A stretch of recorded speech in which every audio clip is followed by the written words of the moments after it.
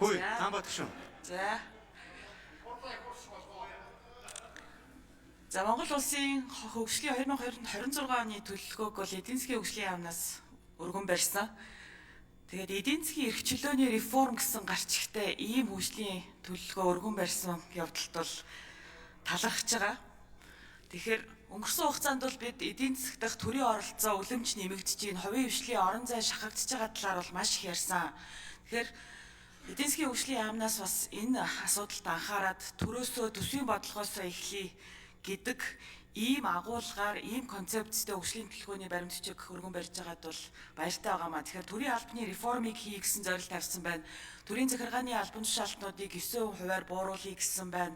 За төсвийн зардал, урсгал зардлыг дотоодын нийт бүтээгдэхүүний 24% барья гэсэн байна. За мөн одоо сүүлийн жилүүд бидний маш их ярьсан төрийн өмчт компаниудын реформыг хий, бүтээмжийг нэмэгдүүлье, тэнд ажиллаж байгаа 50-60 мянган хүмүүсийг бас цомгтгоё гэсэн зорилтуудыг тавьсанд бол талархаж байна. Тэгэхээр ганц төмөр сайдд бас баяр хүргэе. За хоёрдугаарт нь бол яг энэ төсвийн бодлого талтайгаа бас нийцүүлээд хувийн хвшлийнхаа орон зайг тэлхийн тулд бид бас татврынхаа бодлогыг давхар авч явах ёстой гэж үзэж байгаамаа. Тэгэхээр засгийн газраас бол татврын багц хуулийг өргөн барина гэсэн хүлээлттэй байгаа. Өчигдөр эдийн засгийн байнгын хорон дээр асуухад бол яг төсөвтэйгээ хамт намрын чуулганаар өргөн барина гэсэн зүйл яригдсан. Тэгэхээр үүн дээр бол одоо сангийн ам эртхэн ингэж ажлуудаа хийгээд хувийн хвшилтэйгээ бас хамтарч ажиллаад энэ татврынхаа багц хуулийг маш тийм чамбай хууль оруулаад ирмээр байна. Тэгэхээр энэ тал дээр одоо явц ямар байна гэж ахлан сайдаас асууя. За хоёрдугаарт 2025 оны төсөв дээр бас их асуудлууд яригдж байгаа. Бас нүүрсний үн буурсантай холбоотойгоор төсвийн орлого тодорхой хэмжээнд буурч байгаа гэсэн зүйлүүд байгаад байгаа. За түүнээс гадна 2025 оны төсөвт хөрөнгө оруулалт талдаа суулсан төсөл арга хэмжээнүүдийн тендер эхний хагас жилдээ багтаад явсан байх ёстой тий. Тэгэхээр үүнээс бол одоо яг хэдэн үеийн гүйцэтгэлтэй байгаад байна. Одоо 2-7 хоног үлдчихлээ шүү дээ та бүхэнд. Тэгэхээр түүн дээр бол одоо бас нэг хариулт авмаар байна. За 3-дугаарт нь бол ер нь бидний жилийн хөгжлийн төлөвлөгөө төсвийн хүрээний мэдээлэл хилчигдэж байгаа энэ цаг мөчид ер нь энэ мега төслүүд гэгдээд байгаа хөрөнгө оруулалтын томоохон төслүүдээ яах юм бэ? Эдийн засгийн нөхцөл байдал бас өөрчлөгдөж байна. Намар байснаас бол бас арай өөр нөхцөл байдал бий болчлоо. Тэгэхээр үүнтэй холбоотойгоор энэ хөрөнгө оруулалтын бодлого дээрээ улсын хурал засгийн газар бас нэг тодорхой шийдэмгий байр сууриа нэгтгээд гаргачих нь зөв гэж хараад байгаамаа. Тэгэхээр бол одоо жишээлбэл хөгжлийн төлөвлөгөөнд ороод ирсэн нөгөө засгийн газрын яриад байгаа 14 мега төсөл багтсан төслүүд дээр одоо жишээл хөрөнгө оруулалтын их үүсвэр нь тодорхойгүй, тэзүү байгаа эсэх нь тодорхойгүй төслүүд бас яваад байна. Тэгээ би өчтөр эдийн засгийн байнгын орооноос сангийн яамнаас бас асуусан л да. Одоо 24 оны төсвийн тодтголт чинь бид нар бараг 300-400 сая тэрбум төгрөгийн тэзүүний зардал баталсан шүү дээ. Тэгэхээр тэр тэзүүний зардлууд одоо ер нь юу болсон бэ гэсэн чинь 258.4 тэрбум барьцаа хөрөнгийн наасанд байгаа гэсэн юм надад хэлсэн. Тэгэхээр би тэрийг сануулъя. Бүсийн хөгжлийг дэмжих бүтээн байгуулалтын төслийн зураг, тэзүү зураг төсөвт 70 тэрбум. Энэ шадар сайд дээр. Өөдөө тэмүүлэх ган татлагт гүүр 28.6 тэрбум. Шин их тойроо хурдны зам 23 тэрбум гихчлэн одоо 24 оны төсвийн тодтгол багтсан тэр тэзүүнүүд ер нь юу болж байгаа вэ гэхлэн сайдаа тэрэн дээр бас танаас хариулт авъя. За мега төслүүдийн нэг болох 5 толгой цахилгаан станцын асуудал байна. Бид эрчим хүчний тусгаар тогтнолоо хадгалах хэрэгтэй байгаа тийм ээ. Тэгэхээр энэ 5 толгойн цахилгаан станцын явц бас ямар байна? Хөгжлийн төлөвлөгөөг харахад бол хөрөнгө оруулалтын их үүсвэр тодорхойгүй байна. Энэ тал дээр чойжоо сайдаас хариулт авъя. За тэгээд тодруулъя. За сангийн сайд болдын чухлаа хариулт өгье. За жарлан шүн асуултанд хариулаад явъя. За энэ жил манай гол түүхийдүүдийн үн бол бас нэлээд хүнд байна. Хүнд амаргүй байна. За тийм ч учраас энэтэй холбоотой төсвийн орлого талд бол бас тасалж байгаа асуудлууд бол байна. Гэхдээ засгийн газар үүн дээр дөрвөлт арга хэмжээ аваад ямар ч байсан энэ жилийнхаа төлөвлөгөөний дагуу засгийн газрын нэг ч үйл ажиллагаа тасалдахгүй бүрэн санхүүжилт хийгээд явж байгаа гэдгийг хэлье. Бид үүн дээр хоёр асуудал, хоёр хязгаар байгаа гэдээ ойлгож хэрэгтэй шүү. Бид алдагдлууд үсгээд баталчихсан. Тийм учраас орлогодоо баригдал бид үйл ажиллагаагаа санхүүжүүлээд явна. Тэгэхээр жилийн эцрүү ямар ч тохиолдолд бид алдагдлууд үсвэ барил гарна. Нэгдүгээр. Хоёрдугаар таны дурдсан дээр 5 сарын 30 гээд хэмнэлтийн хуулийн заалт байгаа юм. Энэ жилээс хэрэгжиж эхэлж байгаа. За өмнөх жилүүдэд бол байнгын сануулдаг байсан. За энэ жилээс ингээ хэрэгж эхэлж байгаа учраас манай сайд нар бол нэлээд хичээж ажиллаж байгаа. За энэ жил бол цөөхөн шинэ хөрөнгө оруулалтууд байгаа. Тийм учраас энэ жилийн тендер зохион байгуулалт бол харьцангуй ачаал багтаа.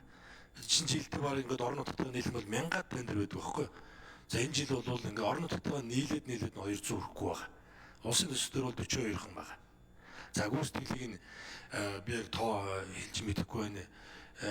Дожин сайд тоо хэлчихээрээ та 5 сарын 30-наар хэдэн хувьж байсан гэсэн шууд тасалбар болгоно. 5 сарын 30-нд бүр тендер зарлах дийл бүр гэрээ байгуулсан нь л энэ жил санхүүжилтээ авна. Гэрээ байгуулаагүй бол уучлаарай 5 сарын 30-нд ангайлан цаг дуусаад тасалбар болгоод ингээд энэ жил баг тодтолгүй эн чинь баг тодтол хийчих واخгүй юу? Хөрөнгө оруулалт талдаа. Урсгал зардалтаа бид нар ингээд орлогоо харж байгаа л орлогодоо барайл зардлаа санхүүжүүлээ явчихаар бид энэ жил төсвийн хувьд бол алдагдлын үүдээ төсвөө бол ингээд барай явчихнаа. За татврын багц хууль бид бэлдэж байгаа. Олон жил бэлдсэн. 5 жил бэлдсэн гэж ойлгоо. За намар төсөвт өргөн барина гэж үгүй ээ. Бид энэ хавартаа багтааж өргөн барина. Хавартаа багтааж өргөн барина. За 5 сарын 31-ийг хараадахыг 5 сарын 31-ийг хараадахыг за бас биднээс шалтгааллахгүй гадна талаас одоо шалтгааллах их олон зүйлүүд байна. Энийгээ бас харснаа тий. За ингээд 26 онд хичнээн хэмжээний өртөгтэй татварын реформыг бид дийлэх нь. 27 онд ямар байх, 28 онд ямар байх нүгээд ингээд шатраатай хийнэ. Шатраатай. Нэг далаалт төр нэг удаагийн жилийн төсвөр бид энэ том татварын реформыг дийлэхгүй. Энд ч өөрөө маш өндөр өртөгтэй. Багадаа 4 их найдیں۔ За тийм учраас пакэж нэг 4 болох нь 3-аас 4 ийм хэсэг болгож бид ингээд шатараатай ямар ч үсэн энэ 4 жил бид татварын багц хуулийн ийм 4 жил байх болно гэдгийг хэлье. За хөрөнгө оруулалтын гүйцэтгэл. За 14 мегад. За жавхлан сайд гүйцэж хариулъя 1 минут. За өнгөрсөн 4 жил бид нар шинэ сэргэлтийн бодлого явуулсан. За энэ шинэ сэргэлтийн бодлого маань энэ 14 мега төсөл болж хувраад маш тодорхой төслүүд дээр бид фокус болоод явж байгаа. За тэгэхээр бид одоо эдийн засгийн аюулгүй байдал, за одоо эдийн засгийн бие даасан байдал, за энэ эдийн засгийн одоо эрх чөлөө гэж байна. За бүсчилсэн хөгжил гэж байна, хүний хөгжил гэж ярьж байна. За энэ бүхнийг бид одоо уул уурхайгаас үл хамааралтайгаар дунд урт хугацаанд тогтвортой хийж чадах бидний суурь бол ерөөсөө энэ 14 мега төсөл. Эднийг явуулж иж бид эдийн засгийн эрх чөлөөнд хүрнэ. Тэгэхээр одоо эндээс бид нэг ч ухарж болохгүй. Харин ч эсрэгээр энэ рүү улам их зүтгэх ёстой. Алиг нь төсвөр хийх, алиг нь төсвөөс одоо гадуур зээл тусламжаар гадны хөрөнгө оруулалтаар төрийн үйлчлэлийн түншлэр алиг нь хийх ёстой юм.